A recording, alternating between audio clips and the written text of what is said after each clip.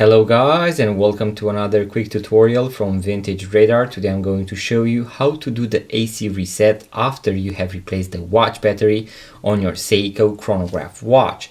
As you might have seen on the inner part of your back case, you will be able to see that we have a small sticker right here, and that says after the battery is replaced, be sure to short circuit the area AC and the battery connection plus. So what you are going to need is a metallic pair of tweezers, and we are going to look on the back of the watch for a place where we have AC written.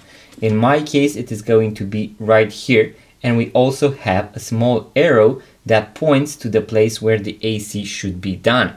So we have a small arrow. So what I'm going to do is to insert one tip of the pair of tweezers right there, and then I'm going to short circuit it for around 3 to 5 seconds. Then I'm going to make sure that the watch is fully aligned and it is ticking, and as you can see it is ticking,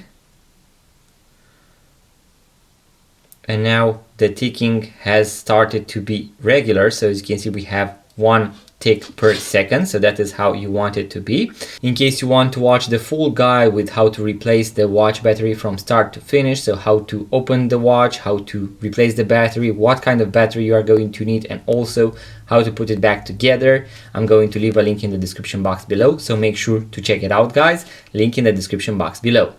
Also, in case you want to purchase your first vintage watch, make sure to check out our website vintageradar.com, because we have thousands of vintage watches for sale. Link in the description box below. If you enjoyed this video, give it a thumbs up, subscribe to this YouTube channel, and I'm also going to see you guys in the next video.